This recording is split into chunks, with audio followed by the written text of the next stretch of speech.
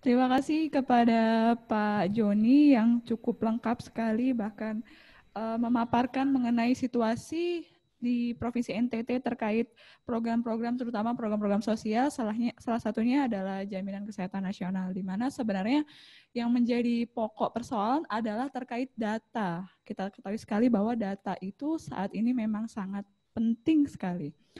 Nah, baik Bapak Ibu sekalian, itu tadi paparan dari Pak Stevi dan juga Pak Joni dari pemerintah NTT.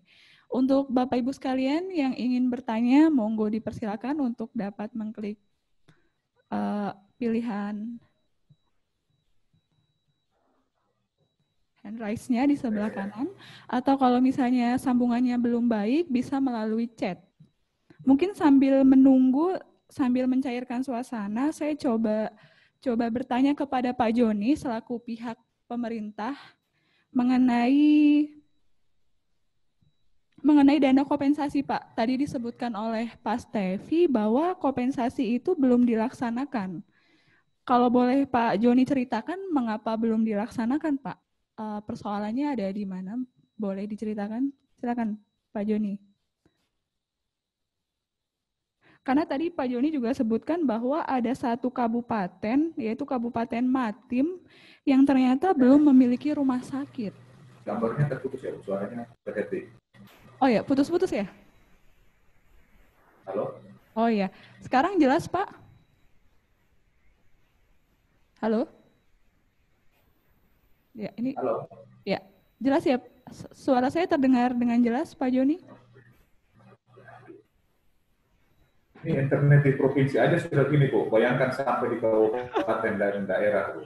Jadi orang Jakarta tolong melihat daerah. Ini saya di ibu kota provinsi, tapi saya nggak dengar lagi itu berbicara. Oh iya, iya. Dengan internet yang saya udah tadi minta dikuatkan ininya, tapi masih sama juga. Masih Saya putus-putus. nggak dengar Ibu, saya hanya lihat gambar Ibu. Sekarang masih nggak dengar ya, Pak ya? Atau saya ketik aja mungkin ya? Diketik aja mungkin. Oke, mungkin karena ini sambil menunggu, Bapak Ibu bisa mempersiapkan pertanyaan, tapi untuk pertanyaannya Pak Joni saya ketik aja mungkin, karena jaringannya Pak Joni. Ibu host, Ya, Ibu host, saya nggak dengar. Saya izin keluar, nanti saya langsung masuk lagi. Kemungkinan besar mesti masuk lagi baru saya dengar suara. Oke ya, ya, saya lihat anggukan, saya setuju seperti itu ya. ya. Makasih. Ya, jadi Bapak Ibu itulah yang terjadi di Indonesia. Tidak semuanya, masih belum semuanya wilayah di Indonesia itu internetnya bagus. Jadi memang menarik sekali kenapa sih PKMK, FKKMK UGM ini ingin sekali dan terus melakukan memotret bagaimana sih pelaksanaan JKN itu di wilayah Indonesia. Kalau kita ketahui, Indonesia itu memiliki 514 kabupaten kota yang semuanya itu memiliki fiskal berbeda-beda, ada yang tinggi, sangat tinggi, dan ada juga yang sangat rendah. Begitu juga dengan tata pemerintahannya, juga dengan fasilitas atau sarana dan prasarana di wilayahnya. Untuk itu tentunya kita ingin sekali PKMK bervisi untuk mendokumentasikan permasalahan-permasalahan apa sih yang masih belum mampu mengoptimalkan program JKN itu di wilayah-wilayah sulit akses tersebut. Karena kalau misalnya kita ketahui, betul, memang BPJS telah mampu meningkatkan akses pelayanan kesehatan bagi masyarakat rentan ataupun miskin. Tetapi itu pada masyarakat yang di mana dan siapa itu perlu kita lihat, karena memang Indonesia ini wilayahnya wilayah heterogen. Tentu kita tidak bisa melaksanakan sebuah kebijakan yang seragam dengan situasi yang berbeda-beda. Pak Joni udah masuk, Mas? Belum? Oke, mungkin ke Pak Stevi dulu ya, sambil menunggu Pak Joni dan kawan-kawan Ya, baik sekalian. Mbak. Ya. Ya, kawan-kawan sekalian, monggo juga dipersiapkan pertanyaannya mengenai informasi apapun. Pertanyaan dari Bapak Ibu sekalian sangat-sangat bermakna untuk diskusi ini, karena di sini kami memang ingin mendokumentasikan fakta-fakta dari penyelenggaraan JKN itu sendiri. Oke, sekarang kita ke Pak Stevi dulu mungkin. Ya, Pak Stevi. Halo? Iya, halo Mbak. Halo. Iya. Oke, dari data Pak Stevi tadi dijelaskan bahwa memang terkait kebijakan kompensasi nih Pak, yang ingin saya tanyakan. Bolehkah diceritakan Pak dari proses penelitian PASTEVI kebijakan kompensasi itu mengapa belum dilaksanakan? Apakah karena apa ya? Karena dananya atau karena pemerintahnya juga masih belum mengetahui? Atau seperti apa Pak? Boleh ceritakan tentang kebijakan kompensasi itu sendiri? Ya, baik Pak. Untuk kebijakan kompensasi ini sendiri, kalau di Undang-Undang BPJS atau SJSN itu kan jelas bahwa daerah yang sulit atau yang terbatas fasilitas kesehatannya, maka BPJS wajib untuk memberikan kompensasi, di mana kompensasi ini bisa digunakan untuk misalnya membayar dokter untuk bertugas ke daerah tersebut, ataupun untuk meningkatkan fasilitas kesehatan. Tapi nyatanya setelah diwawancarai teman-teman di Dinkes itu, banyak teman-teman Dinkes yang tidak tahu kalau ada dana kompensasi ini. Sehingga tidak ada follow up dari pemerintah daerah, mungkin menanyakan kepada BPJS atau seperti apa mekanisme kompensasi ini, sehingga sejak diimplementasikan 2014 sampai dengan sekarang, terbukti bahwa seharusnya beberapa kabupaten kota yang di NTT ini berhak mendapatkan dana kompensasi. Itu yang pertama. Yang kedua, pada forum-forum kepentingan juga sama sekali tidak disinggung oleh BPJS sendiri terkait dengan dana kompensasi ini. Apa yang menjadi kendala sehingga tidak bisa dicairkan atau bagaimana mekanismenya. Nah, kemungkinan karena memang sudah terjadi defisit ini, Mbak. Kalau sudah defisit, maka kompensasinya ini mau diambil dari mana lagi, begitu, Mbak. Kalau kita lihat memang aliran dana dari APBN ke NTT ini cukup banyak dari PBI APBN itu. Tapi nyatanya karena utilisasi yang rendah dari PBI APBN ini, termasuk juga fasilitas kesehatan yang terbatas, dana tersebut tidak digunakan. Boleh dibilang tidak dimanfaatkan dengan baik oleh Provinsi NTT atau peserta PBI yang ada di Provinsi NTT. Sehingga dengan sistem single pool-nya BPJS, bisa jadi dana tersebut dinikmati oleh orang-orang di Jogja atau di Jakarta yang punya akses terhadap fasilitas pelayanan kesehatan. Kalau di Jogja mungkin dengan kendaraan umum saja sudah bisa cuci darah, operasi jantung, sangat mudah. Sementara kami di NTT ini, kalau pelayanan-pelayanan kesehatan yang mahal-mahal seperti itu, perlu rujukan. Dan itu tidak semua orang mampu untuk membeli tiket pesawat misalnya untuk merujuk. Kalau rujukan di kabupaten sendiri, ada beberapa pemerintah daerah yang memberikan bantuan untuk rujukan. Tapi rujukannya ini hanya sebatas antar kabupaten. Kalau sudah keluar provinsi, maka tidak ada bantuan lagi. Begitu Mbak Tari. Sehingga dana kompensasi ini mungkin seperti tadi yang Prof. Laksono ceritakan di awal, perlu juga dipertimbangkan untuk revisi kebijakan ini. Untuk dana kompensasi ini kira-kira bagaimana? Karena di undang-undang itu jelas bahwa seharusnya diberikan kepada daerah-daerah dengan fasilitas kesehatan yang terbatas. Mungkin itu bisa menjadi salah satu masukan untuk diskusi-diskusi terkait dengan kebijakan atau upaya dalam merevisi undang-undang SJSN atau undang-undang BPJS nanti, Mbak Tari. Ya, terima kasih Pak Stevi. Pak Joni belum masuk? Oke. Mungkin sambil nunggu Pak Joni karena tadi Pak Stevi... Nggak masuk, Bu, tadi. Oke. Internet di kantor saya error ternyata. Oh iya. Sekarang alhamdulillah ya Pak ya udah bisa. Ya, ini gambaran, Bu. Jadi Indonesia itu harus seperti ini. Ini ibu kota provinsi, Bu, internet masih bermasalah. Iya, Pak. Karena medianya mesti lebih spesifik. Ya, betul sekali. Ya, mudah-mudahan semuanya bisa maju sama-sama gitu ya, Pak ya. Nah, Pak Joni, yang ingin saya tanyakan ini, Pak, mengenai kompensasi. Tadi sudah disebutkan oleh Pak Stevi mengenai kebijakan kompensasi ini belum mampu terlaksana karena satu, belum ada informasi yang diterima oleh pemerintah NTT. Nah, kalau dari Pak Joni seperti apa, Pak? Karena kalau misalnya kita tahu kan tadi ada Kabupaten Matim yang ternyata nggak punya rumah sakit ya, Pak ya. Dan benar. Coba Pak, boleh Pak diceritakan Pak? Terima kasih Ibu.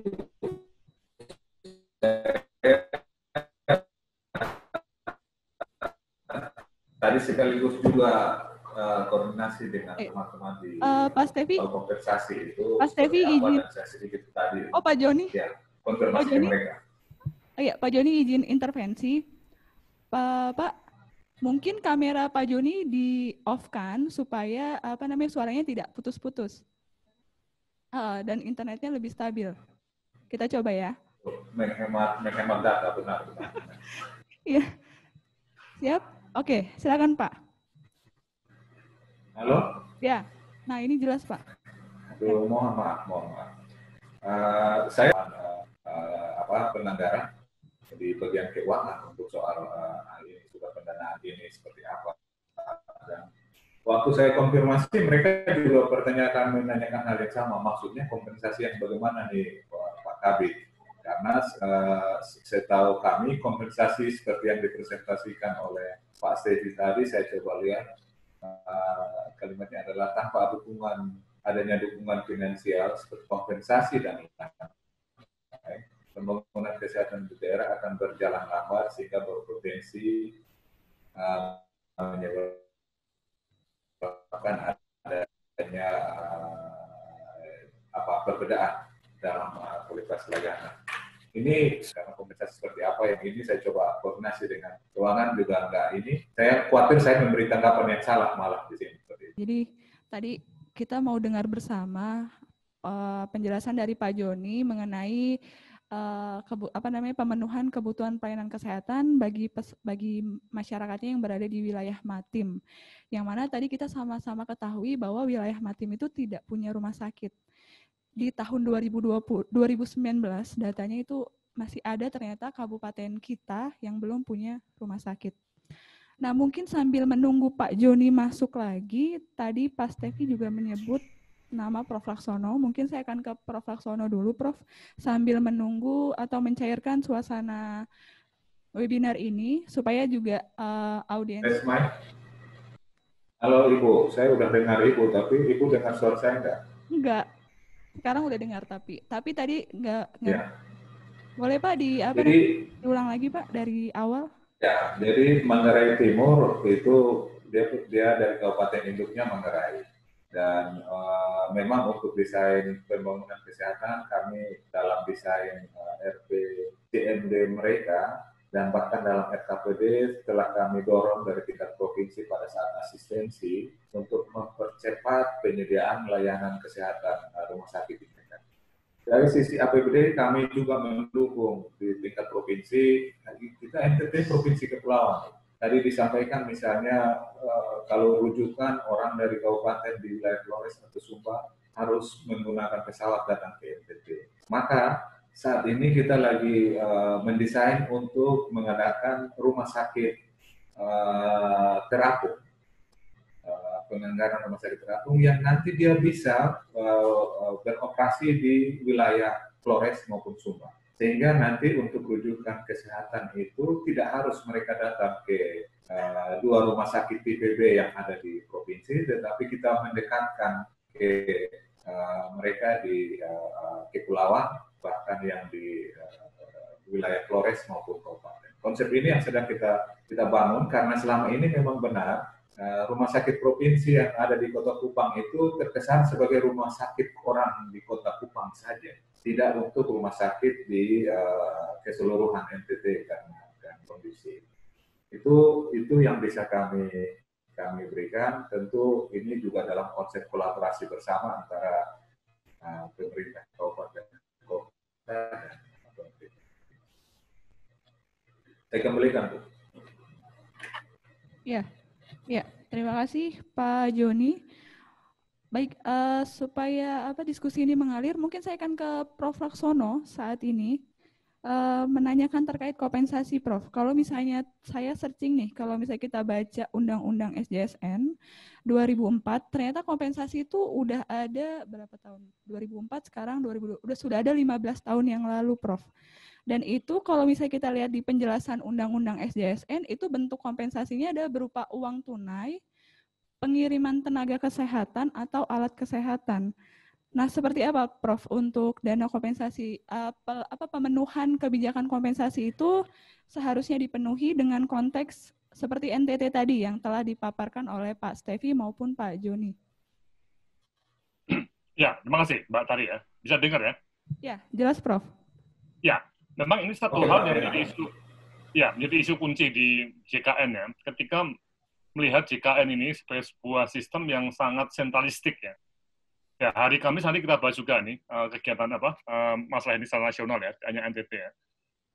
Nah, peraturan yang disusun itu satu ya. Misalnya begini, tarifnya itu untuk bayar premi juga satu. Ya, entah itu di Sleman, misalnya APBD ya, premi PBI APBD ataupun PBI APBN itu sama semua untuk seluruh Indonesia. Padahal kalau kita lihat Faskesnya sangat-sangat atau jauh berbeda antara NTT dengan DIY. Akibatnya apa? Ketika melihat pada situasi yang ada kan memang sudah terbukti bahwa di DIY itu terjadi defisit. Ya. Sementara NTT mungkin masih sisa ya tadi ya. Stevi katakan sisa ya. Ya Pak Osdi juga sisa ya kerjanya ya. Nah, ini karena Faskesnya tidak ada, atau bukan tidak ada, atau masih sangat terbatas. Nah, kompensasi harusnya dipakai untuk menyeimbangkan tadi. Untuk sementara, walaupun juga itu tanggung jawab Pemda untuk membangun fasilitas kesehatan, tapi kan tidak gampang nih. Nah, ini. Namun, karena defisit yang sudah berjalan sejak awal, itu ternyata BPJS tidak mempunyai dana untuk kompensasi kelihatannya nih. Jadi sampai sekarang pun, sudah 7 tahun ya, itu belum ada kebijakan NTT ya, untuk NTT ya, kompensasi untuk NTT yang dijalankan. Betul nggak nih, Pak Stevi ya, dan Pak Joni? Ya, Berarti betul Pak, karena saya mengkonfirmasi ke bagian keuangan itu nggak ada Pak. Ya, nah ini yang jadi satu isu kunci yang nanti kita perlu terus bawa ke pusat, ke DPR juga, bahwa ini tidak adil ya, karena kalau dibiarkan nanti dana BPJS ditambah banyak oleh APBN, nanti yang pakai ya kembali ke orang-orang yang di kota-kota besar atau di sebagian besar ke Jawa, ya, aksesnya mudah. Bisa dipahami ya. Jadi ini suatu hal yang besok di Kamis kita akan bahas lebih mendalam di sini. Secara nasional ya. Begitu Mbak Tari. Iya. Baik, terima kasih Prof. Laksono. Jadi Bapak Ibu sekalian, diskusi kita pada hari ini akan diteruskan pada hari Kamis. Nanti akan di-share jadwalnya juga, atau Bapak Ibu bisa berselancar di website Kebijakan Kesehatan Indonesia. Nah, ini kebetulan ada satu pertanyaan dari Pak Pandu Harimurti. Mungkin nanti kita akan coba tersambung, tapi saya coba bacakan dulu pertanyaannya sebagai berikut. Pak Stevi dan Pak Joni, terima kasih presentasinya. Pertanyaannya adalah, apakah dapat diberikan gambaran keseluruhan pembiayaan kesehatan di NTT? Seberapa ketergantungan NTT kepada transfer dari pusat? DAU, DAK, BOK, DBH contohnya. Kemudian, porsi anggaran untuk sektor kesehatan terhadap total anggaran daerah, dan kemudian berapa porsi yang dialokasikan untuk subsidi PBI daerah, dan seberapa pendapatan daerah yang berasal dari sektor kesehatan. Mungkin saya ke Pak Joni dulu nih, karena kayaknya Pak Joni... Iya, benar. Silakan Pak. Oke, benar Bu. Mungkin gambarannya begini aja Pak. Ini pertanyaan yang sangat menggelitik dan sangat spesifik untuk mengetahui kondisi keuangan NTT. Dapat saya informasikan, saya contohkan pertama pemerintah provinsi lah. Pemerintah provinsi saat ini untuk dana transfer daerah, APBD NTT itu 6 triliun. Dari 6 triliun itu PAD kita cuma 1,2 triliun. Yang lainnya itu adalah transfer dari pusat. Itu untuk provinsi. Itu pun provinsi masih mendingan Pak. Jadi kalau kita bikin persentasenya, kalau 6 triliun ada 1,2 maka sekitar berapa persen? 20%, 15%. Di kabupaten itu APBD-nya kalau kita konstruksi ke dalam sumber-sumber pendapatan PAD kabupaten itu, kabupaten dan kota itu paling banyak kota Kupang 200 miliar. Kabupaten itu ada yang cuma 80 miliar Pak, dalam satu tahun kan, PAD-nya. Sehingga kalau rata-rata APBD kabupaten itu 1.800.000.000, ya 900 sampai dengan 1,2 triliun, maka Bapak bisa bayangkan begitu besar ketergantungan NTT terhadap dana transfer dari daerah, dari pusat, baik itu dalam bentuk daulat dan skema yang lain. Untuk itulah yang tadi saya katakan di akhir presentasi saya bilang bahwa Pak Gubernur mengatakan satu-satunya solusi bagi NTT itu adalah bagaimana kita meningkatkan PAD. Karena apa? Kenapa? Karena dana transfer pusat itu sudah jelas peruntukan. Kesehatan harus 10%, pendidikan harus 20%, dan yang lain-lain dengan catatan-catatan SPM dan lain sebagainya. Maka istilahnya peluang bagi pemerintah kabupaten untuk berakselerasi mempercepat pembangunan di seluruh sektor itu menjadi hal yang perlu di. Nah, mereka akhirnya disarankan oleh Pak Gub untuk kita mulai 2018 sampai 2023 kita semua konsentrasi PAD menjadi hal yang utama. NTT punya potensi-potensi pariwisata yang baik dan ini menjadi target kita untuk peningkatan PAD. Sayangnya begitu 2019 berakhir kita masuk ke situasi COVID yang menyebabkan NTT menjadi sangat riskan untuk berdiskusi. Apa istilahnya mendesain pembangunan yang bisa lebih ini untuk menjawab seluruh permasalahan daerah.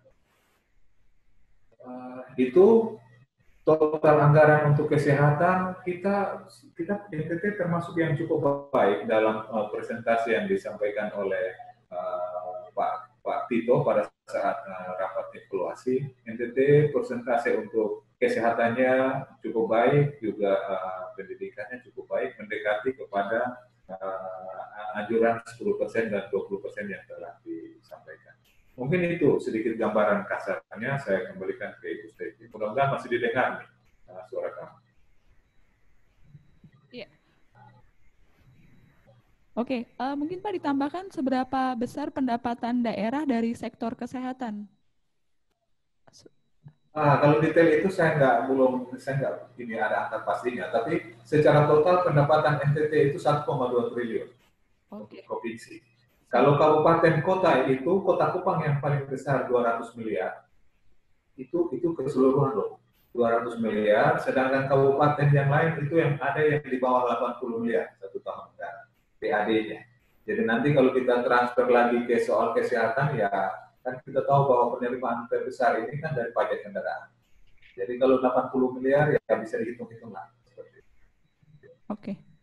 Terima kasih. Ya, Mbak Tari, bisa... Silakan, Prof. Ya, jadi menarik kalau kita lihat memang PAD-nya NTT kecil ya, dan juga tergantung sekali pada pusat ya. Betul ya, Pak Joni ya? Benar, Pak. Benar. Ya. Itu yang Pak Gubernur selalu bilang kita harus ini. Ya. Nah, dalam konteks untuk JKN ini ya, jadi kembali pada vaskesnya ya. Jadi selama vaskesnya itu belum terbangun merata dengan tolok ukur seperti di Jawa, ya akan sulit sekali bagi teman-teman NTT untuk mendapatkan akses ke pelayanan yang canggih, misalnya jantung ataupun kanker dan sebagainya. Dan kalau kita minta NTT untuk meningkatkan investasi untuk infrastruktur kesehatan, membangun rumah sakit dan sebagainya, saya yakin NTT tidak punya uang ya Pak ya, Pak Joni ya. Kalau tidak salah benar, juga. Kami benar. Ya. Kita dapat bantuan di 2019 untuk bangun rumah sakit pusat, tapi tidak terrealisasi karena COVID. Ya, tapi saya dengar masih terus Pak, yang dari Bank Dunia itu Pak ya, yang di Kupang Pak ya. Iya, benar. Ya, nah itu juga cara untuk menyeimbangkan ya, tapi itu pun juga dananya bukan dana APBN ya. Itu dari Pak Pandu ada ya, dari Bank Dunia ya. Jadi ini memang fakta bahwa JKN itu agak susah diterapkan di daerah-daerah seperti NTT. Jadi kalau seperti diminta bersaing untuk mendapatkan benefit BPJS ya, karena begini ya, manfaat BPJS itu kan seperti buah mangga di pohon yang tinggi ya. Kalau orang-orang yang di bawahnya ingin buah mangga tadi, dia harus punya galah atau tangga. Nah, yang punya galah atau tangga itu bukan orang NTT, maaf Pak Joni atau Pak Stevi ya, tapi orang Jawa. Nah, ini ya enggak. Nah, akibatnya apa? Mangga-mangga yang harusnya untuk jatahnya teman-teman NTT ya diambil orang Jawa. Wah, begini caranya. Paham maksud saya? Karena tangga atau galah itu adalah rumah sakit ataupun dokternya. Selama tidak ada dokter atau rumah sakit yang cukup di NTT, itu tidak mungkin ada klaim. Ini masalahnya nih. Jadi ketika defisit yang terjadi di BPJS itu defisitnya terjadi bukan di NTT, tapi terjadi di tempat-tempat yang banyak tadi teknologi tinggi tadi dan jumlahnya banyak. Ini Pak Pandu masih ada nggak ya Pak Pandu ya? Masih ada, Prof. Mungkin Pak Pandu dari World Bank bisa juga membahas mengenai equity geografis ya Pak Pandu. Mengapa kok kemudian Bank Dunia juga sepakat dengan Kemenkes untuk membangun rumah sakit di kalau nggak salah di Kupang, Ambon, sama di Wamena ya, di Papua. Iya. Betul ya? Ya mungkin Pak Pandu bisa komentar Pak. Terima kasih Pak Laksono. Saya mengikuti ini karena saya memang tertarik ya, ingin mendengarkan sebetulnya isu implementasi program JKN di wilayah-wilayah yang relatif pada saat ini masih menghadapi masalah akses pelayanan kesehatan. Jadi sebetulnya kan konsep social health insurance itu mungkin idealnya diterapkan pada kondisi atau pada suatu setting yang perbedaan kapasitas wilayah itu tidak terlalu mencolok gitu ya. Tapi Indonesia itu kondisinya kan masih sedemikian. Jadi perbedaan tingkat kemampuan atau kapasitas daerah, akses ke pelayanan kesehatan antar daerah itu masih sangat berbeda. Jadi ini yang mengakibatkan ketimpangan ini makin menonjol, gitu kan ya. Nah, sekarang apa yang bisa dilakukan kan gitu. Jadi kalau tadi Prof Laksono menggunakan analogi buah mangga yang tidak terjangkau, yang perlu kita pikirkan adalah perlu membuat orang yang ingin menjangkau mangga itu bisa menjangkau mangga kan gitu ya. Jadi salah satu pemikirannya adalah memastikan bahwa ketimpangan ketersediaan fasilitas kesehatan dan pelayanan kesehatan itu teratasi dulu gitu.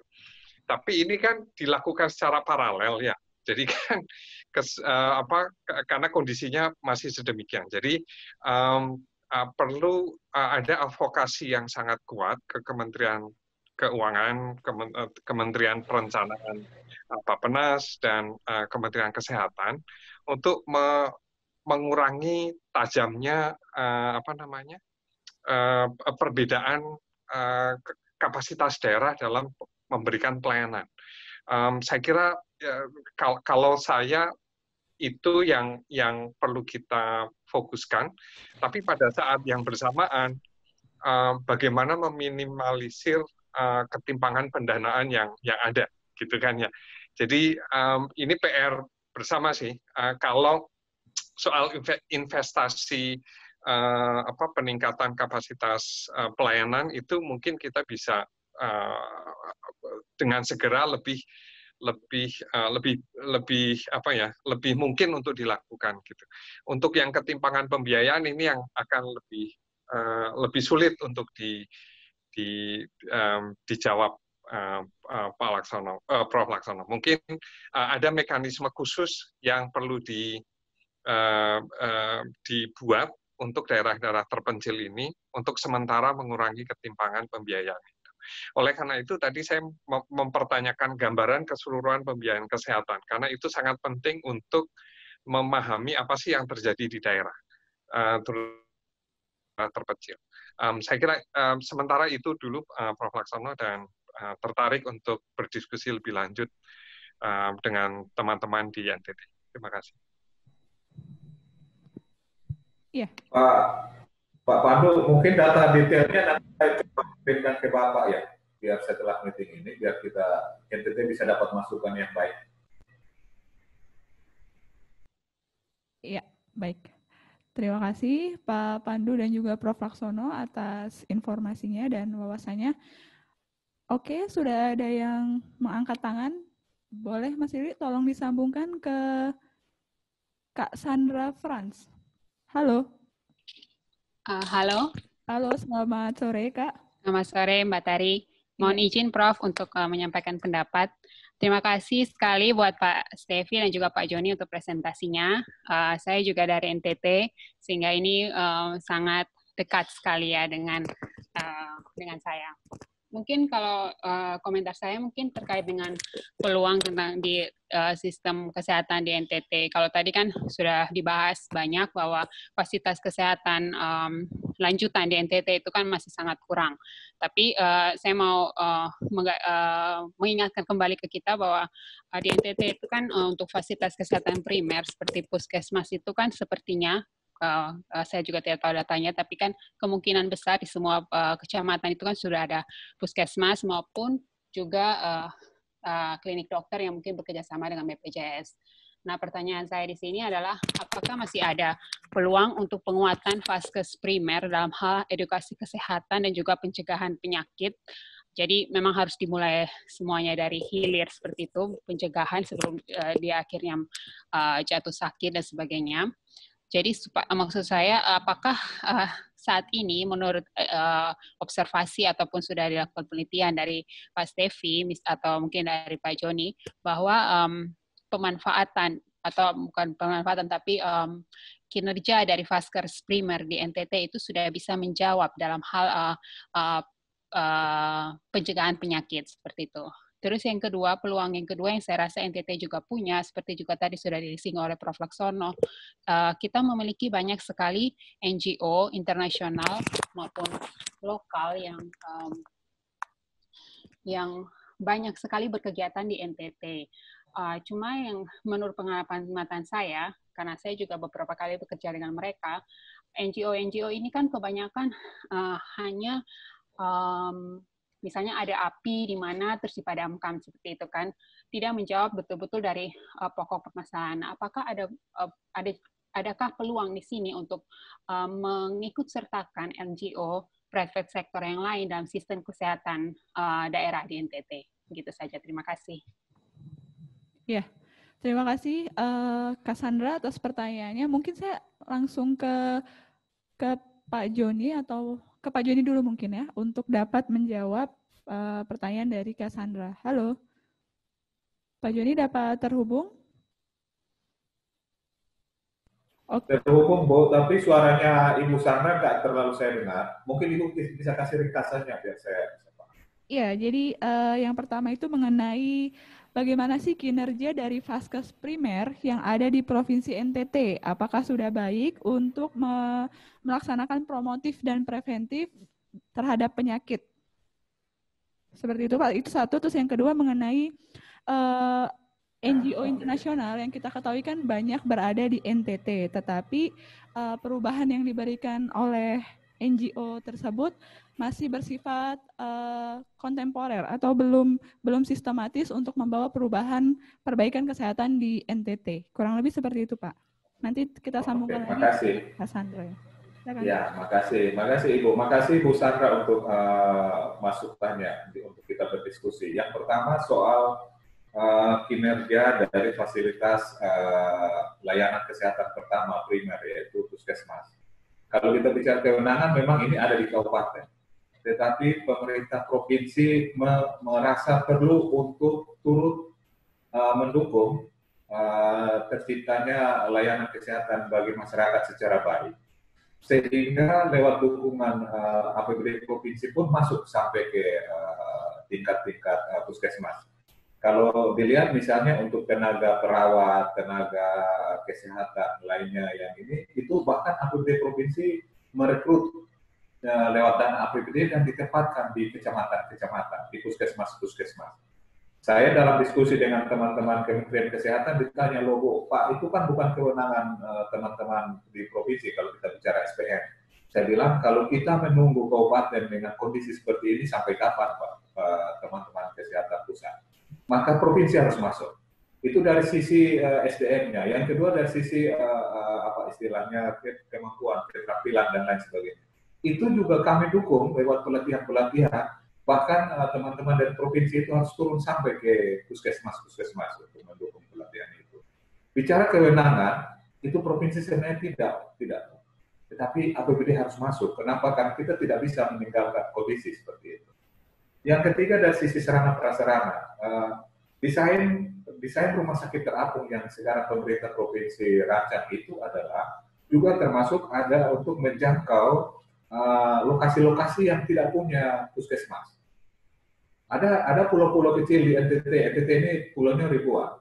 Ada pulau-pulau kecil yang tidak punya fasilitas kesehatan, maka kita desain layanan kesehatan bergerak terapung yang nanti dia fungsinya untuk membawa masyarakat yang membutuhkan layanan ini dibawa untuk didekatkan dengan fasilitas kesehatan seperti itu. Itu yang pertama. Yang kedua terkait dengan kinerja dari seluruh pemangku kepentingan. Saya tidak melihat hanya LSM, tetapi seluruh kita yang ada di NTT. Itulah yang menjadi dasar kenapa NTT perlu ada satu konsep kolaborasi bersama. NTT ini termasuk provinsi dengan 1 juta LSM. Kalau teman-teman pusat boleh tahu, hampir seluruh LSM yang ada di Indonesia ada di NTT. Tapi kenapa kita belum berjalan baik? Karena kita, bahkan pemerintah dan LSM-nya masih sektoral, masih subsektor. Belum ada yang mau duduk bersama.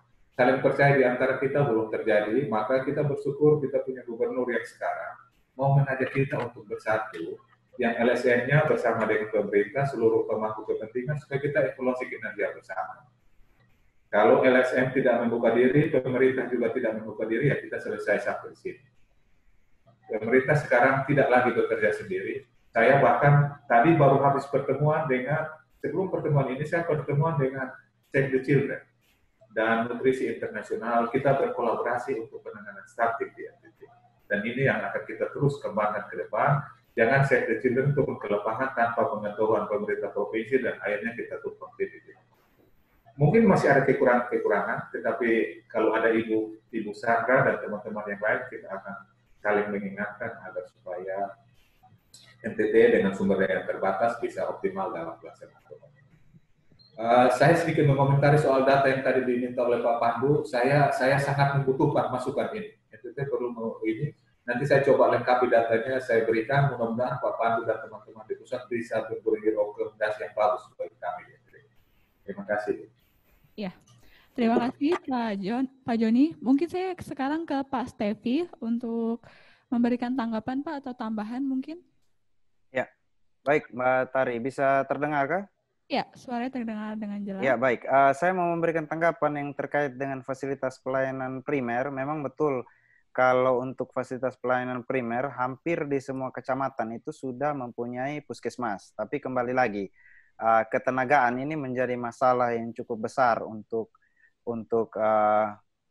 puskesmas ini, karena seperti contohnya masih ada puskesmas yang belum memiliki dokter.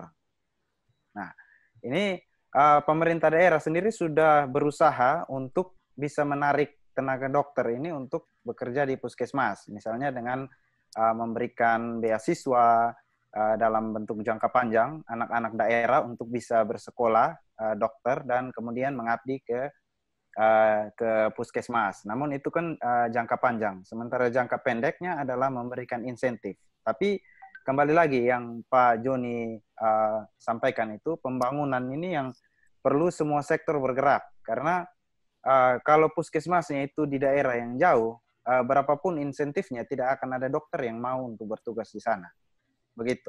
Sehingga akan menjadi sulit. Yang kedua adalah termasuk penelitian kita yang kemarin tentang realis evaluation itu terkait dengan KBK, puskesmas ini kurang mendapatkan insentif untuk melakukan promotif dan preventif. Karena sistem KBK yang diterapkan oleh BPJS ini terkesan merugikan puskesmas. Indikator-indikator yang ditetapkan itu terkadang sulit untuk dipenuhi oleh puskesmas-puskesmas di daerah-daerah sulit seperti NTT. Akibatnya dana kapitasi yang seharusnya mereka terima penuh akhirnya terpotong. Nah, dengan terpotongnya dana kapitasi ini tentunya akan mempengaruhi kinerja daripada puskesmas. Belum lagi masalah internet.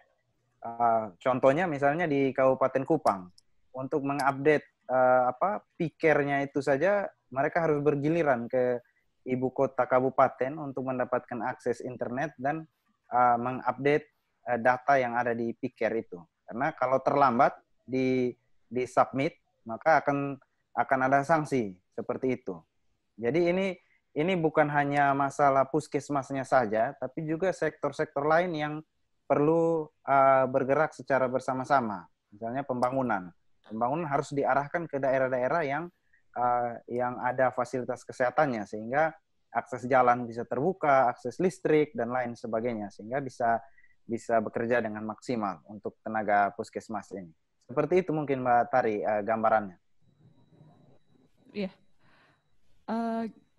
Gimana Ibu Sandra, cukup atau ada lagi? Oke, cukup ya. Baik, Bapak Ibu masih ada waktunya untuk yang ingin bertanya, kami persilakan. Tadi paparannya sudah cukup menarik diskusi hari ini dan saya juga sudah mencatat cukup banyak. Mudah-mudahan nanti Bapak Ibu yang ikut webinar ini juga tetap ikut di acara kami yang nasional, yaitu mengenai review Undang-Undang SJSN dan Undang-Undang BPJS. Karena informasi yang kami dapat dari setiap diskusi tingkat subnasional ini atau tingkat daerah ini akan kita bawa bersama untuk didiskusikan di tingkat nasional, supaya tadi itu ada sebuah supaya tadi ada sebuah kebijakan yang adaptif yang diberlakukan untuk situasi di setiap wilayah yang tentunya berbeda-beda. Ada lagi kah pertanyaan? Pak Pugu. Oh iya, Pak Pugu. Oke, mungkin kita coba sambungkan langsung ke Pak Pugu. Mas, tolong. Ya, Pak Pugu, tolong diklik ikon mic-nya supaya suara Pak Pugu terdengar. Pada kami. Iya. Halo. Halo Pak Pugu. Halo. Ya, ya Bu Tari. Pak Pugu boleh perkenalkan dari instansi mana Pak dan dari wilayah mana? Ya, terima kasih. Saya Pugu. Saya dari Kota Malang. Instansi saya dari Politeknik Kesehatan Kemenkes Malang. Ya, ada beberapa yang mau saya konfirmasi aja sebenarnya. Yang pertama, selamat dulu ke Pak Stevi dan Pak Joni telah memaparkan yang sangat luar biasa. Ternyata akses menjadi hal penting ternyata dalam pelayanan kesehatan, khususnya pada pemanfaatan jaminan kesehatan nasional, khususnya di BPJS Kesehatan. Saya tertarik pertama itu tentang data yang disampaikan oleh Pak Stevi tentang data klaim yang dilakukan di sana. Saya tertarik ada PPT tadi dibilang PBPU yang mayoritas adalah masyarakat yang mampu. Dan pemanfaatannya paling banyak ada di peserta PBPU dibandingkan peserta yang lain. Kalau saya lihat bahwa dari pemaparan Pak Joni, itu juga dijelaskan juga tentang jumlah kepesertaan persegmentasi, di mana kepesertaan paling banyak itu masih didominasi oleh peserta PBI APBN. Di wilayah NTT sendiri berarti pemanfaatan kartu JKN ini masih didominasi oleh peserta PBPU dibandingkan peserta PBI yang mayoritas sekitar 2,9 juta. Kalau PBPU-nya sendiri sekitar 250-an ribu.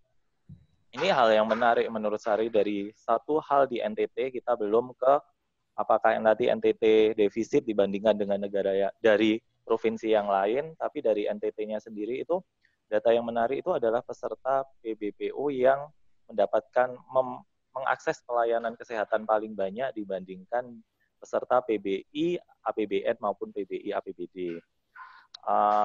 Pak Stevi bisa nggak dari data ini bisa dicari lebih detail dari PBPU itu mana peserta yang mengakses paling banyak yaitu di kelas 1, kelas 2, atau kelas 3. Hal ini akan sangat penting pada proses pembayaran iuran pada bulan ini, Juli sampai berikutnya sesuai dengan Perpres 64, di mana peserta PBPU kelas 3 ini juga akan ada bantuan iuran dari pemerintah pusat maupun pemerintah daerah. Itu yang pertama. Kemudian yang kedua, saya mau konfirmasi dari PPT dari Pak Joni, khususnya tentang cakupan kepesertaan JKN tahun 2019. Di situ dibedakan warna hijau dan warna merah.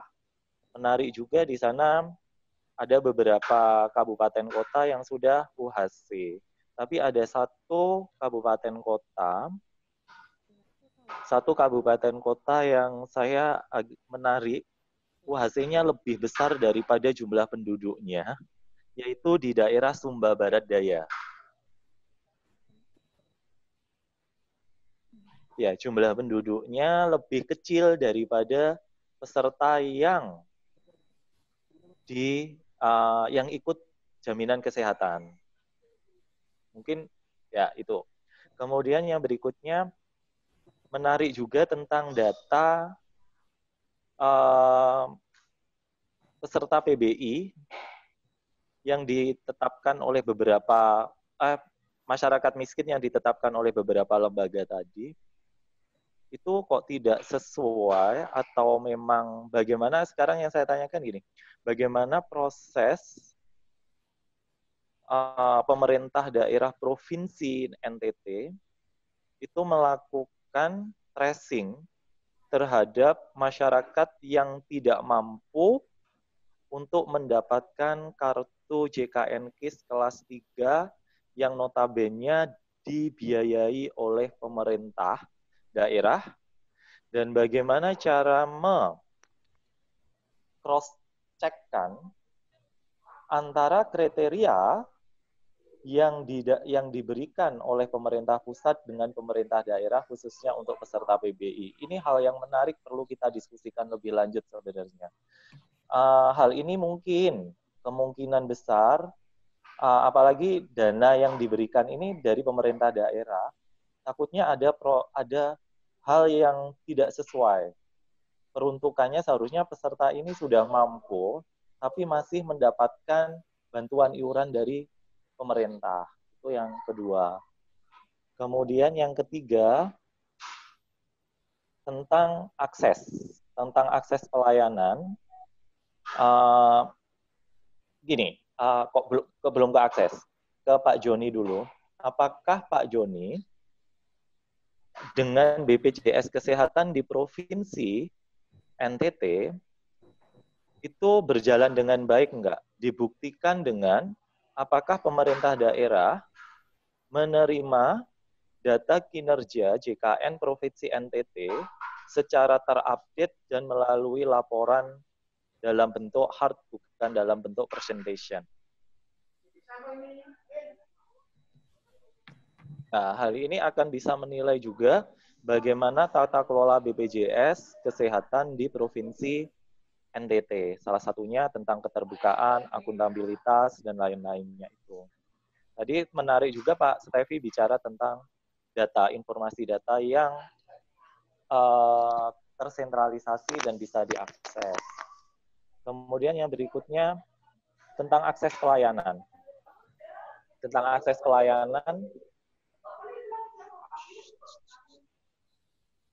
akses pelayanan, saya tertarik dengan jumlah fasilitas kesehatan khususnya rumah sakit. Sepertinya belum terdistribusi secara merata di masing-masing kabupaten kota yang ada di sana. Bisa nggak pemerintah daerah itu mendapatkan informasi tentang penggunaan layanan JKN di masing-masing fasilitas kesehatan tersebut. Oke. Itu saja Bu Tari. Terima kasih. Terima kasih Prof. Ya, terima kasih Pak Pugu.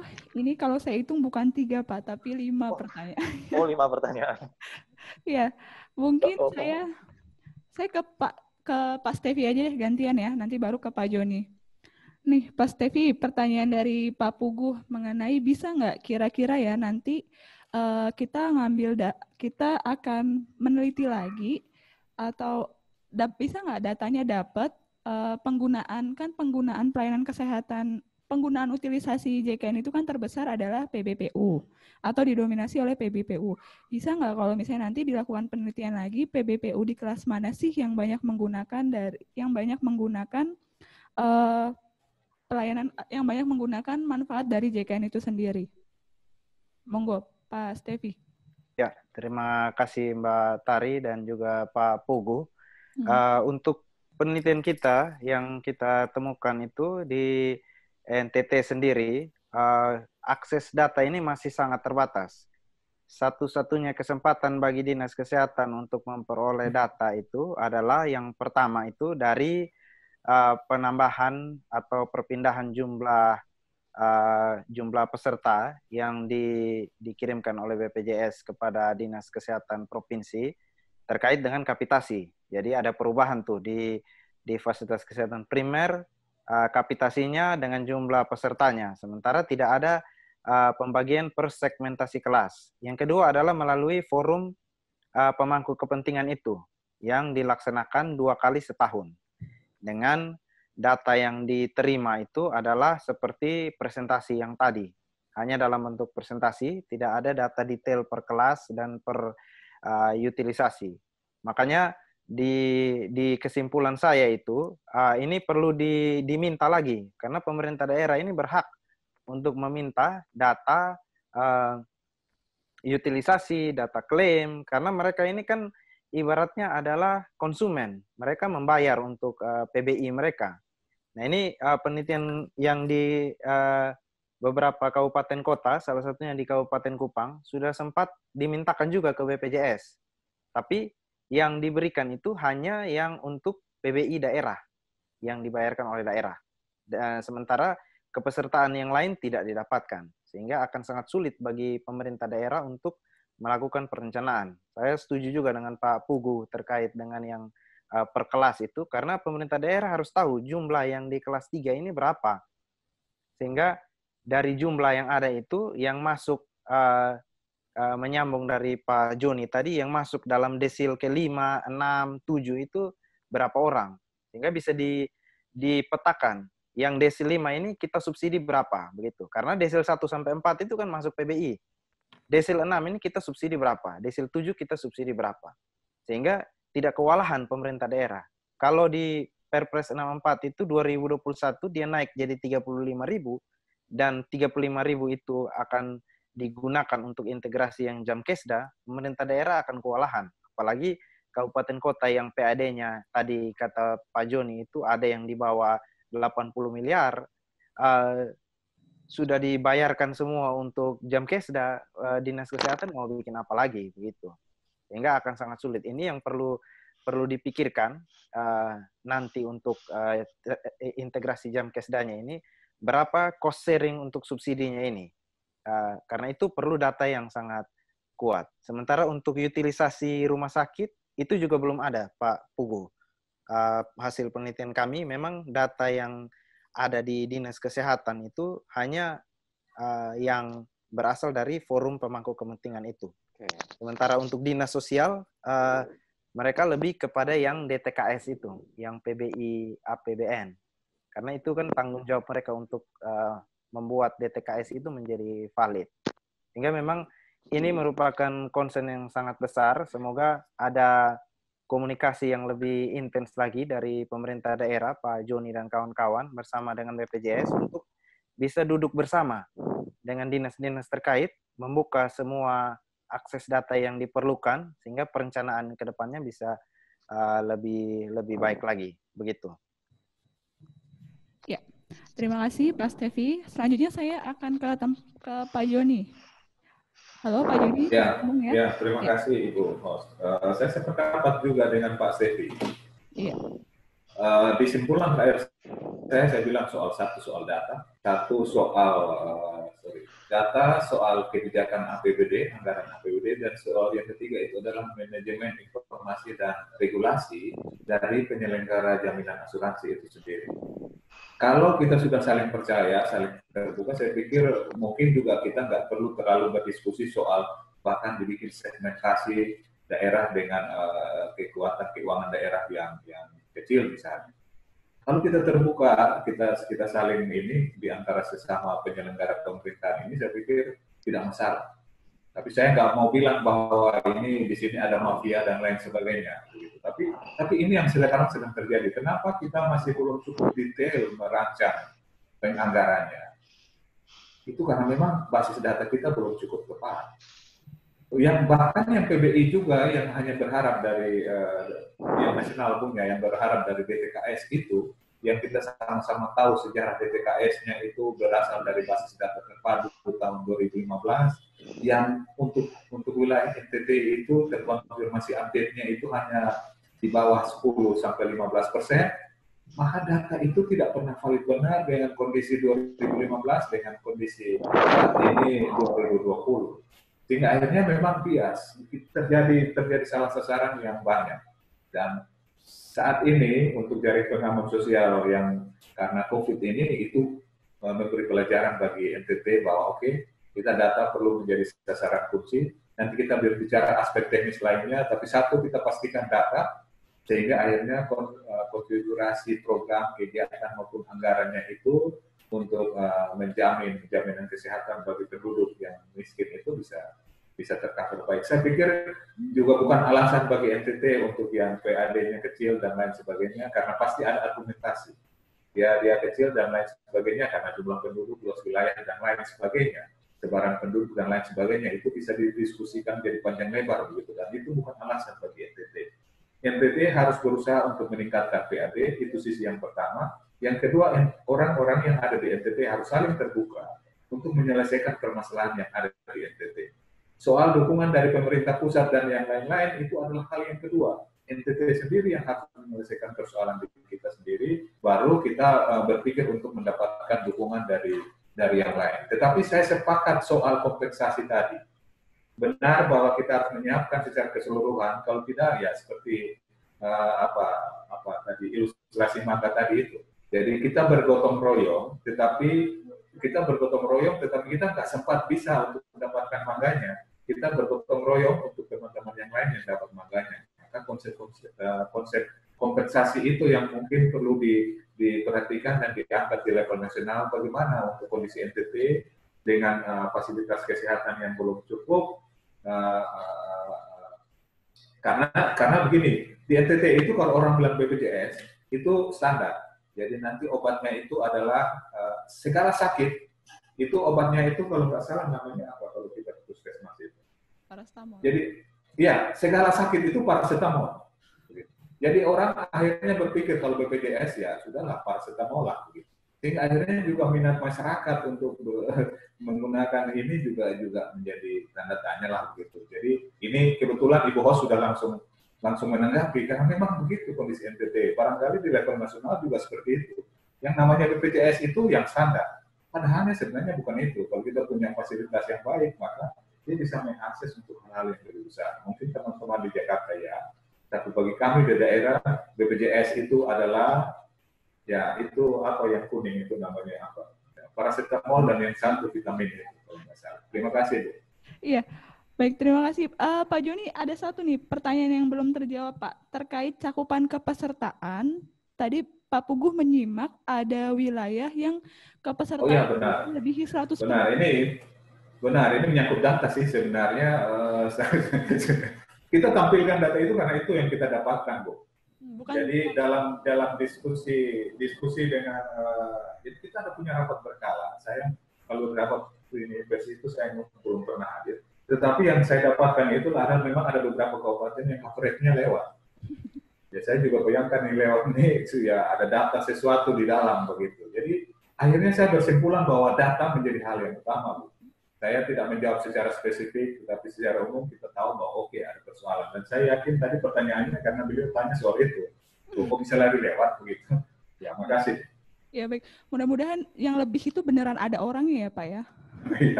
Baik, mungkin Pak Puguh itu tadi mudah-mudahan cukup ya.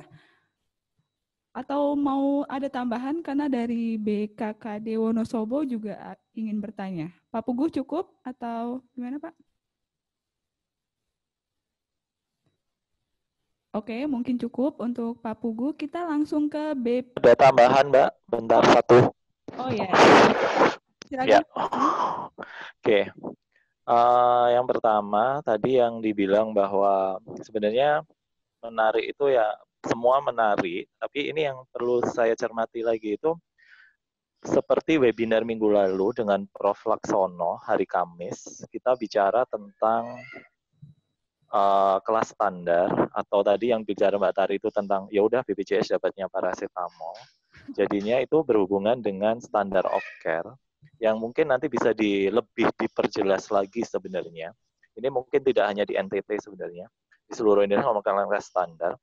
Kalau sepemahaman saya tentang kita bicara tentang kelas standar, itu yang distandarkan itu bukan tidak hanya kelasnya, tetapi pelayanan kesehatan, obatnya. Di Indonesia ini masih gini, kelas 1 kalau penyakitnya misalnya tifoid, dia kelas 1, 2, 3 sama-sama tifoid, tapi obatnya kelas 1, 2, 3 ini berbeda. Artinya berarti standar of care-nya itu berarti standar obat yang diberikan berbeda, walaupun itu sama-sama untuk pereda panas. Tapi seharusnya yang berbeda itu adalah biaya operasionalnya, biaya kelasnya, tapi bukan standar pelayanannya. Sebenarnya di situ. Yang dibilang kalau BPJS dapatnya paracetamol aja, atau dapatnya apa aja. Itu sebenarnya jadi hal yang menarik untuk kita bicarakan di, misalnya nanti ada kelanjutan di webinar hari Kamis, itu sebenarnya perlu kita gali. Kemarin saya mau tanya itu, nggak ada pertanyaan ternyata dari webinar tersebut. Mungkin saya belum dapat kesempatan. Terus kemudian yang satunya tadi belum terjawab itu tentang, ini Mbak Tari, data PBPO yang kelas 3, bagaimana pemerintah daerah menyiapkan anggaran kalau pemerintah daerah sendiri belum memiliki data peserta PBPU kelas 3. Padahal itu harus dilaksanakan per bulan ini, per bulan Juli ini. Itu aja sih Mbak. Oke, terima kasih Pak Puguh. Langsung ke Pak Joni nih. Pak Joni. Ya, terima kasih Bu. Kalau nggak salah kita seminggu yang lalu ada rapat dengan BPJS terkait dengan simulasi bagaimana kita mengantisipasi apa istilahnya diterapkannya aturan yang baru ini, termasuk dengan bagaimana jadi di pertemuan terakhir itu pemerintah provinsi harus menyediakan sejumlah anggaran untuk mengantisipasi yang tadi ditanyakan oleh Pak Puguh. Hanya memang angka besarnya yang saya coba lihat cepat belum ada, tetapi memang sebenarnya data itu diberikannya pada saat diskusi. Jadi bukan dalam konsep apa perencanaan. Jadi udah ketemu, oke, ini datanya tolong disiapkan. Jadi ini, nah, akhirnya saya simpulkan dalam 3 hal tadi. Kita harus ada saling percaya lah di antara sesama aparat pemerintah, sesama penyelenggara negara untuk bagaimana mensimulasi program kegiatan pada tugas pokok kita masing-masing. Dan kalau tidak ada saling percaya, ya kita akan saling begini aja. Biar teman-teman dari universitas meneliti juga, kita akan saling begini terus. Begitu. Jadi dirapat dulu, baru dibawa datanya, dan akhirnya kita simpulkan. Dan karena ini nilai politisnya juga tinggi dalam politik bagi pemimpin di daerah. Kan Bapak Ibu bayangkan kalau sebentar keluar rapat disampaikan bahwa oke, APBD provinsi tidak sanggup lagi membiayai, itu sebuah persoalan besar bagi pemimpin di daerah. Sehingga akhirnya kita menerima dulu untuk sementara. Jadi antisipasi itu mudah-mudahan Pak Puguh nanti coba kita kolaborasi, tapi setahu saya itu sudah diantisipasi oleh pemerintah provinsi, tentu dalam kapasitas keuangan yang ada di pemerintah provinsi. Kita tahu saat ini kita sedang COVID. Bapak Ibu, kalau saya boleh bilang, NTT ini kalau dia perpanjang COVID-nya, NTT itu ada beberapa kabupaten pasti bangkrut. Kalau perusahaan pasti udah bangkrut nih. Gitu. Pemerintah provinsi aja udah kolaps-kolaps nih, program dan kegiatan rata-rata udah nggak jalan, kecuali hal-hal prinsip. BPJS Kesehatan, jaminan sosial, hal-hal yang bersifat untuk kemasyarakatan langsung itu tetap dijamin, tetapi program pembangunan yang lain udah di-stop. Jadi udah nggak jalan lagi. Yang hal-hal prinsip saja yang masih kita antisipasi. Mungkin itu. Ya. Baik, terima kasih Pak Joni atas penjelasannya, juga Pak Pugu atas pertanyaannya. Sekarang kita langsung minta tersambung dengan BPPKAD dari Wonosobo yang katanya ingin bertanya langsung. Tolong Mas Lili disambungkan. Halo, selamat sore. Selamat sore, Pak Tari. Siap, boleh perkenalkan diri Pak? Ya, terima kasih. Bisa dengar suara saya. Ya, suaranya jelas. Ya. Saya Junaidi dari BPKAD Kabupaten Wonosobo, Jawa Tengah. Ini kurang kesehatan yang terdampar di mengelola keuangan daerah. Terdampar karena saya alumni FETB, lulus tahun 2000. Sekarang ada di BPKAD. Sebenarnya tertarik saya dengan pembahasan webinar pada siang hari ini tentang BPJS pada daerah dengan fiskal rendah. Seperti kebijakan yang dilakukan oleh BPJS yang baru-baru ini terjadi untuk sasaran PPI, di mana yang di-cover oleh pemerintah pusat adalah semua penduduk miskin yang masuk di dalam data terpadu kesejahteraan sosial atau DTKS. Kebijakan ini diterapkan, kenyataan di lapangan ternyata jumlah coverage kepesertaan ini menjadi menurun. Karena ternyata jumlah awal yang tercover di PPI setelah dilakukan pemilihan, ya itu banyak yang keluar, banyak yang dikeluarkan karena tidak masuk di dalam DTKS. Dan mungkin ini bisa terjadi karena memang updating datanya. Ini kan updating data tidak seperti apa yang disampaikan. Ya, saat bisa dilakukan updating dengan aplikasi yang ada di dinas sosial. Ini yang terjadi. Dan akibatnya, satu yang dirasakan oleh pelayanan primer dalam hal ini adalah puskesmas, karena jumlah kepesertaannya ini menurun, maka kapitasinya ini penerimanya menjadi turun. Saya menyoroti dari permasalahan penganggaran. Dan sekarang ini puskesmas sudah banyak yang menjadi BLUD. Dan pada perencanaan awal, mereka sudah memprediksi pendapatan sesuai dengan jumlah pesertaan awal. Ini akhirnya terjadi perubahan pendapatan, sehingga dia harus menyesuaikan di dalam belanjanya. Ini akan berpengaruh pada pelayanan preventif dan promotif. Ini yang saya khawatir, karena saya juga orang kesehatan masyarakat yang ada di keuangan. Kalau kondisinya seperti ini justru bahaya nantinya, karena nanti di kuratifnya akan terjadi ledakan, akan ini dengan adanya ini banyak anggaran yang harus terkonsentrasikan di ya, banyak penyakit yang lain yang menjadi sedikit terabaikan. Nah ini yang kami cukup prihatin untuk melihat kondisi ini. Dan di pihak yang lain dengan peningkatan jumlah premi, premi ini anggaran yang sudah ditetapkan oleh daerah, average-nya juga turun. Walaupun nilainya sudah ditambah karena peningkatan yang cukup signifikan pada awal tahun, itu di triwulan 1 pembayarannya cukup tinggi, sehingga ini akan mengurangi jumlah pesertaan juga. Ini dari segi penerimaan yang ada di fasilitas pelayanan primer. Mungkin di NTT juga yang dengan fiskal rendah juga mungkin yang merasakan hal tersebut. Yang kedua, beban daerah beban daerah yang lainnya. Sebenarnya beban daerah tidak hanya memikul pada iur penduduk miskin lewat TBI, APBD, tetapi juga mendapatkan beban untuk membayar para PNS atau pegawai kontrak yang ada di daerah. Karena sekarang kebijakannya yang kemarin itu 2% dibebankan pada pekerja dan 3% oleh pemerintah daerah atau provinsi.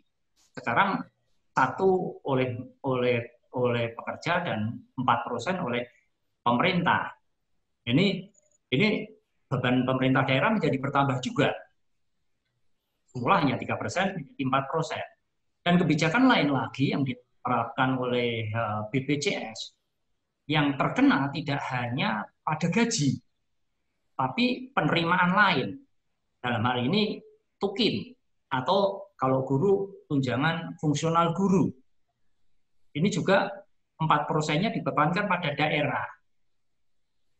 Nah, tentunya beban-beban ini akan mengurangi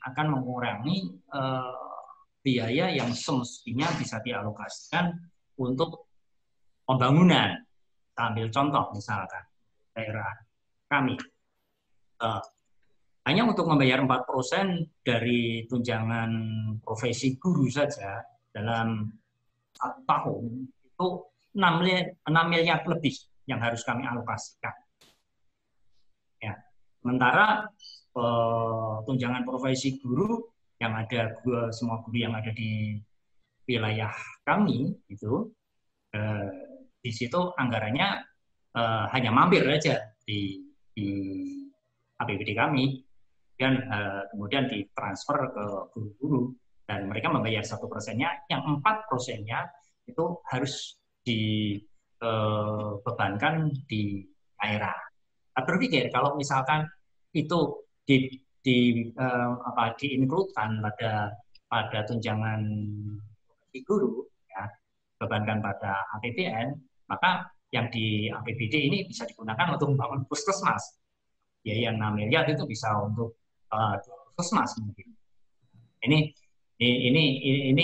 pemikiran kami, dan ini menjadi beban utamanya untuk daerah-daerah dengan fiskal rendah. Jadi sekarang ini di samping tadi gaji, juga tunjangan-tunjangan itu dikenakan sebagai pendapatan yang harus membayar iur untuk iur JKN. Ini kebijakan yang sangat dirasakan oleh daerah, sehingga dirasa membebani juga ke daerah. Dan di dalam menghitung berapa besaran yang harus disiapkan ini juga cukup sulit. BPJS dia berkeinginan untuk menetapkan bahwa yang dihitung adalah berdasarkan pagu, padahal yang namanya tunjangan kinerja tidak bisa dihitung dengan pagu karena anggaran itu ditetapkan dengan kondisi maksimal dia bekerja, tapi penerimaan itu sesuai dengan pekerjaan yang dia kerjakan, sehingga penerimaannya bisa kurang dari nilai yang dipagukan. Ini yang menjadi juga di daerah dalam menerapkan kebijakan yang ada di BPJS. Mungkin Prof. Jojo ini yang bisa memberikan masukan ke BPJS. Kalau yang kebijakan tahun kemarin enak, hanya gaji dan tunjangan yang melekat pada gaji, sehingga kita perhitungannya lebih jelas. Tapi sekarang tukin pun kena, tunjangan profesi guru kena, kemudian jasa pelayanan untuk tenaga kesehatan juga dihitung untuk di dalam besaran pembayaran iuran untuk pegawai. Dan yang 4%-nya itu dibebankan pada pemerintah daerah yang dinilai sebagai pemberi. Saya kira itu mungkin ini juga menjadi bahan pemikiran untuk daerah-daerah dengan pendapatan yang sedang dan rendah, yang kalau pendapatan tinggi mungkin pengaruh untuk saya kira itu, Mbak Tari. Terima kasih atas kesempatan yang diberikan kepada Kabupaten Wonosobo. Masih, selamat sore. Ya. Terima kasih Pak Junaidi atas sumbangan pemikirannya. Ini kami rekam dan kami dokumentasikan. Tetapi kami pikir gagasan ini nanti akan kami sampaikan pada kegiatan review Undang-Undang SJSN dan Undang-Undang BPJS, karena di sanalah kita akan mengundang pembahas-pembahas yang dirasa tepat untuk memberikan jawaban atau pandangan mengenai yang tadi Pak Junaidi sampaikan. Karena memang kalau misalnya kita lihat dari tata kelolanya, BPJS itu hanya menjalankan apa yang diperintahkan oleh pemerintah atau itu melalui Perpres ataupun PP. Baik, terima kasih. Nah, ini waktu sudah menunjukkan pukul 3:02. Izinkan saya untuk menyimpulkan kegiatan kita, diskusi kita pada hari ini, di mana tadi kita semua sama-sama mendengar bahwa untuk evaluasi atau penyelenggaraan JKN di Provinsi NTT itu masih terkendala pada data. Jadi tadi kita dengar sendiri dari Pak Joni bahwa sebenarnya fiskal kami tidak masalah asal ada keterbukaan. Ini nanti yang akan kita tindak lanjuti atau kita diskusikan lebih lanjut seperti apa sih harusnya gitu. Dan yang kedua, mengenai kompensasi, kebijakan kompensasi yang sudah ada 15 tahun dalam Undang-Undang SJSN itu belum mampu terlaksana di wilayah NTT atau wilayah yang bisa dibilang belum memiliki fasilitas kesehatan memadai. Hal ini menyebabkan keterbatasan data tadi menyebabkan perencanaan dan pembangunan di NTT pun masih belum berjalan sinergis. Dan untuk selanjutnya, masukan-masukan dari pertanyaan dan juga tanggapan para peserta adalah perlu dilakukan analisis mengenai kelas standar, kemudian yang kedua adalah verifikasi dan validasi dari data DTKS. Karena kita sama-sama mengetahui bahwa jumlah PBI yang ditanggung atau yang menjadi peserta BPJS itu melebihi jumlah penduduk miskin yang ada di BPS, Badan Pusat Statistik. Oke, Bapak Ibu sekalian, saya informasikan, Mbak Etna tolong dibuka linknya. Link kebijakan kesehatan untuk forum analisis Undang-Undang SJSN dan Undang-Undang BPJS. Ya.